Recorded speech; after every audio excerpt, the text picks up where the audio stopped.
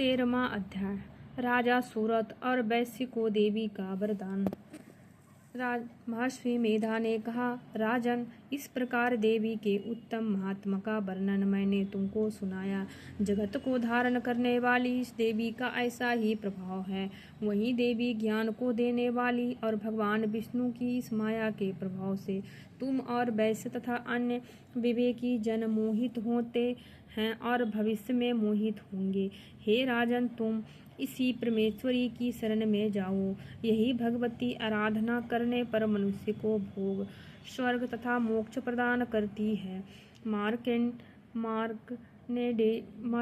जी ने कहा। महर्षि मेधा की यह बात सुनकर राजा सूरत ने उन उग्र व्रत वाले ऋषि को प्रणाम किया और राज्य के छीन जाने के कारण उसके मन में अत्यंत ग्लानि हुई और वह राजा तथा वैश्य तपस्या के लिए वन को चले गए और नदी के तट पर आसन लगाकर भगवती के दर्शन के लिए तपस्या करने लगे। दोनों ने नदी तट पर देवी की मूर्ति बनाई और पुष्प, धूप, दीप तथा हवन द्वारा किया उसका पूजन करने लगे। पहले उन्होंने आहार को कम किया, फिर बिल्कुल निराहार रहकर भगवती ने में मन लगाकर एकाग्रचित पूर्वक उसकी आराधना करने लगे। वह दोनों अपने शरीर के रक्त से देवी को बलि देते हुए 3 वर्ष तक लगातार भगवती की आराधना करते रहे।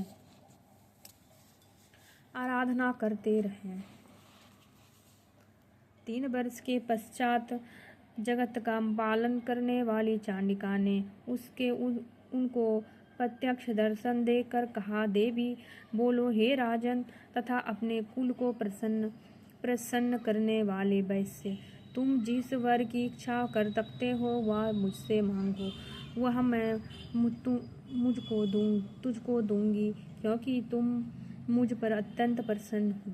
मार्कंडेय जी कहते हैं, या सुन राजा ने अगले जन्म में नष्ट कर होने वाला अखंड राज्य और इस जन्म में बलपूर्वक अपने शत्रुओं को नष्ट करने पश्चात अपना पुनः राज्य प्राप्त करने के लिए भगवती से वरदान मांगा। और वैश्य ने भी, जिसका चित्त संसार की ओर से विकृत हो चुका था, अतः भगवती से अपनी ममता तथा अहंकार रूप आसक्ति को नष्ट कर देने वाले ज्ञान को देने के लिए कहा। देवी ने कहा, राजन, तुम शीघ्र ही अपने शत्रुओं को मारकर पुनः अपना राज्य प्राप्त कर लोगे। तुम्हारा राज्य स्थिर रहने वाला होगा कि फिर मृत्यु के पश्चात आप सूर्यदेव के अंश के जन्म लेकर सार्वनिक मनु के नाम से इस पृथ्वी पर ख्याति को प्राप्त होंगे। हे वैश्य कुल में श्रेष्ठ, आपने जो मुझसे वर मांगा वह आपको देती हूँ। आपको मोक्ष के देने वाले ज्ञान की प्राप्ति होगी। मार्कंडेय जी कहते हैं, इस प्रकार उन दोनों को मनवांछित वर प्रदान कर तथा उनसे अपनी स्तुति सुनकर भगवती अंतर्ध्यान हो गई और इस प्रकार